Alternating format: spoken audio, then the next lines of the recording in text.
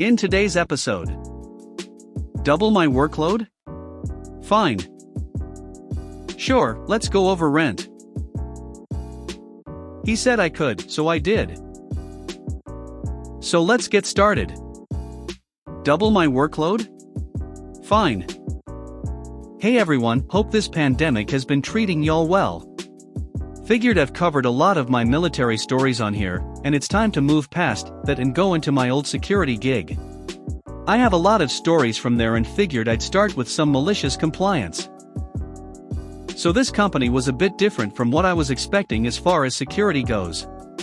You know the stereotype, everyone is 40 pounds overweight and all they do is the occasional walk around a building before going to a guard shack and sitting around all night. That's not what this company was completely about though. The company primarily did patrols for various clients and made stops at designated areas. We also answered alarm calls on top of that. Now this company did have a few stationary sites that I worked from time to time, but I was primarily a patrolman, which I didn't mind. Now the events. My overlords at this company were a charming couple. The owner was a lifelong policeman who took a chance after being denied a promotion and started this company in the 70s while his wife handled the business side. Both were nice enough, but listening to reason was another story. New accounts were regularly added to our routes, sometimes with little or no notice, and we were expected to adapt. Adapting to the changes was usually not a problem, until they became a problem, that is. On one of our overnight routes, the overlords updated an existing account. The owners of the account wanted more weekend coverage due to issues with disgruntled staff, and had asked for 3 more stops at their site on Fridays and Saturdays, normally not a problem until you take geography and basic timekeeping into account. Now for those unfamiliar with the layout of the Kelso/Longview area, there's a bridge that separates Longview, Washington from Rainier, Oregon. We had a handful of accounts across the river separating the two states, which was normally no problem. The problem started with one of the larger sites wanting 3 more stops, and you had to wait till roughly 1 a.m. to hit the stops. This stop alone took about 15 minutes, since you had to unlock one of the main gates to enter, drive around to make sure there are no open doors, lock the gate, rinse and repeat. Our shifts ended at 5:30 a.m., and we still had over 100 stops, and on a regular night drove around 100 miles give or take. So I wasn't the first to try and conquer this. That honor went to another patrolman in our company. This guy tended to be on the overlord's crap list most days for his attitude, but he was a solid worker. He definitely bit off more than he could chew with how this route was redone. He attempted to try the route using his normal methods, but ended up going 2 hours over. He was of course reprimanded for not being able to complete the shift on time. The next time he had this route, he decided to cut his lunch hour in half and barely made it on time. He then got reprimanded a second time for not using his lunch as intended. He was fed up at this point and told the overlords he was refusing to do this route on Fridays and Saturdays anymore, as he rightfully thought it was ridiculous. Now comes my turn. I took a look at the sheet and started formulating a plan in my head for how to best tackle this route. After a few minutes, I think I was able to come up with a possible solution. I end up doing the first half of my shift, cramming all of my normal stops into the first 5 hours, taking my lunch around 1 a.m., then taking care of my extra stops in the last half, usually finishing up around 5:15 a.m. Of course this meant I didn't have time to wash my truck at the end of shift, but the bottom line was held up and the route was finished. I did this routine for about 4 weeks when I was finally talked to by my immediate supervisor. Apparently the overlords finally saw what I was up to and weren't too happy. My supervisor tried threatening me with a write-up, but I didn't back down and told him I'd keep doing it that way since there was no other way to do the shift. He dropped the issue and went on his way. After that, the overlords tried having someone they trusted do the route, and he ended up being as late as the first patrolman. After this, the overlords realized maybe this isn't a feasible route, and took the extra stops off of the property. They weren't happy for a bit, but they calmed down after a while. About 2 years after this, they again tried something similar, but that's another story.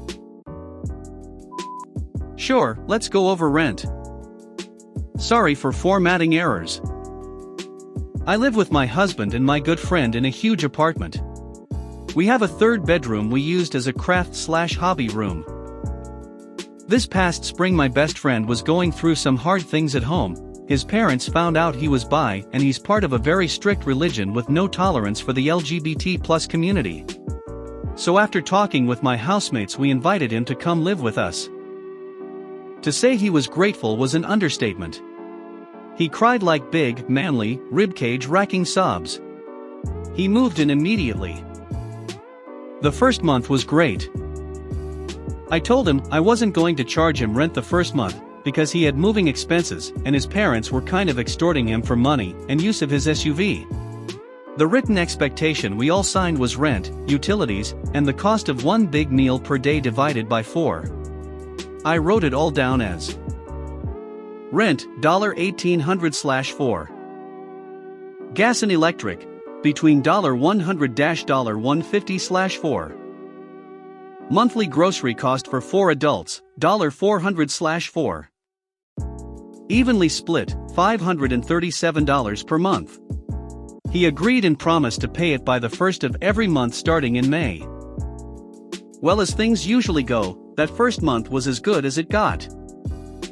He cooked and cleaned, made me coffee in the mornings, helped take care of my cat and my fish tank, and was always super friendly and understanding. By the end of April he approached me and said he didn't think he could pay full rent that month. His parents said he owed them $6,000 and they hadn't given him his car back. He was WFH due to the pandemic and just all sorts of trouble. I said no problem, we had been getting along fine without him, and he hadn't ever lied to me or given me reason to doubt him. $300 for food and utilities was fine. Things got shitty as they usually do. He kept demanding more of my time to talk about his feelings.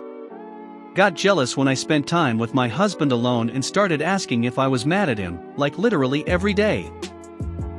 Developed a big crush on our other roommate and tried to woo her, and was crushed when she said no. Started eating our private food. Criticizing my way of doing things without offering constructive feedback.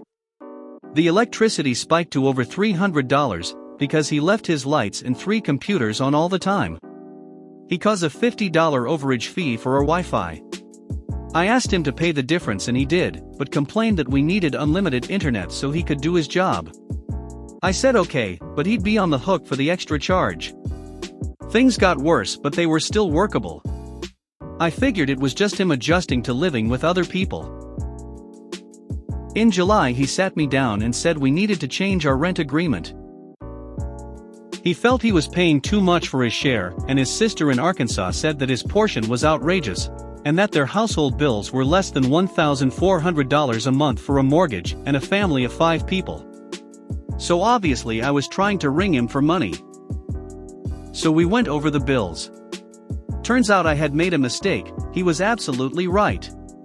The correct breakdown should have been rent, $1,800/4. I had typed in $1,600 on my calculator originally. Gas/electric, $320/4. Internet, $90/4 plus $25 extra for his unlimited high speed.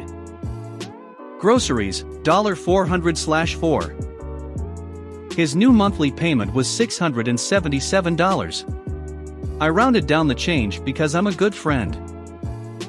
He stayed 3 more months before getting traumatized by my other roommate after she brought a date home and broke his heart. We're still best friends, we just figured that we didn't mesh while living together. He said I could, so I did. This was back in 2019. I was training to become a level 2 swimming teacher, and the guy who ran the courses, we'll call him Bob, asked me to do him a huge favor and work in Scotland for a month as a lifeguard at one of the holiday resorts. I like the sound of it, and it's also great for me since I'd lost my job about a month prior and could really do with the money. So I go and work there. I do great, amazing experience and fun. They ask me to stay on an extra month. I agree a little begrudgingly, since I have a swimming teacher job offer waiting, but after speaking with them they are okay to wait the extra month. After a couple of weeks they hire a new lifeguard. He causes some trouble with me, and I decide that I've had enough and speak to the resort manager about leaving early. Since I wasn't meant to be staying later anyway, and they have new lifeguards now, I figured I could go home. After having a chat with him, he agrees that it's okay. I try to talk to Bob, but he's off on holiday, so I tell his assistant, and she says it should all be fine. So, he owes me just over a week of wages, about 120 hours equals £900-ish. When he comes back from his holiday, he tells me he isn't going to pay it because I walked out on the job. I call the resort manager to see if they have paid him for all my work there, and they had. I was steaming.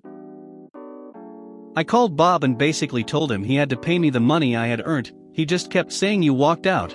I have the upper hand here and you can take me to court, but my lawyer says I will win." So I thought court it is. It had to go through tribunal first, so I took this opportunity to gather my evidence. The holiday resort was on my side, so they were happy to sign all my hours off and send them to me. In that time I realized that I was only asking for wages, and holiday pay was mandatory, not optional. I wasn't expecting any kind of holiday pay beforehand, but since Bob wants me to go through all this trouble to get my basic pay, I may as well go full pelt and ask for holiday pay for the whole month and a half I was there. After speaking to a lawyer, once I had the tribunal certificate, they calculated my missing pay and holiday pay to be equals £1,500. He paid it all to me the day before our court date. If you made it to the end of the video, thanks for watching. Don't forget to like, subscribe and share, and we will see you in the next video.